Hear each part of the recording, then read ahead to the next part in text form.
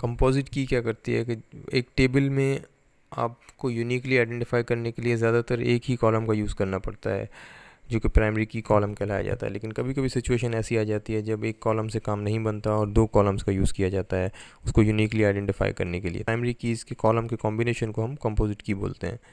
For example, आपके सामने एक स्टूडेंट टेबल है। यहाँ पे एक स्टूडेंट बहुत सारे कोर्सेज ले सकता है।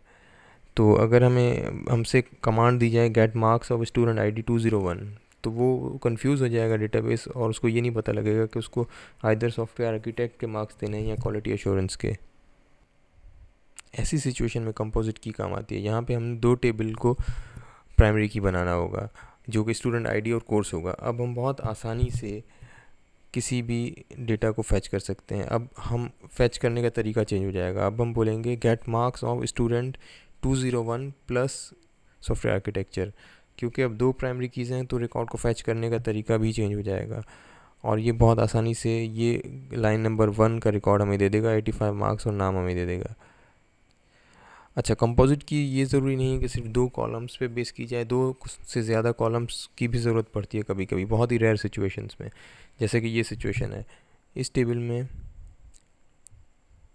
टेबल में अगर हम दो कंपोजिट की बनाते हैं, get me the result of student 201 in software architecture course, लेकिन वो कोर्स अगर उसने एक किसी और साल भी दिया हो, यहाँ पे ईयर भी ऐड कर दिया गया है, 2020 में भी दिया हो, 2019 में भी दिया गया हो, तो फिर अगेन डेटाबेस कन्फ्यूजन आ जाएगा डेटाबेस में। तो यहाँ पे ये सिचुएशन होगी और हम तीन कॉलम्स को प्राइमरी कॉलम्स बनाएंगे, यानी कि स्टूडेंट आईडी, कोर्स और ईयर को।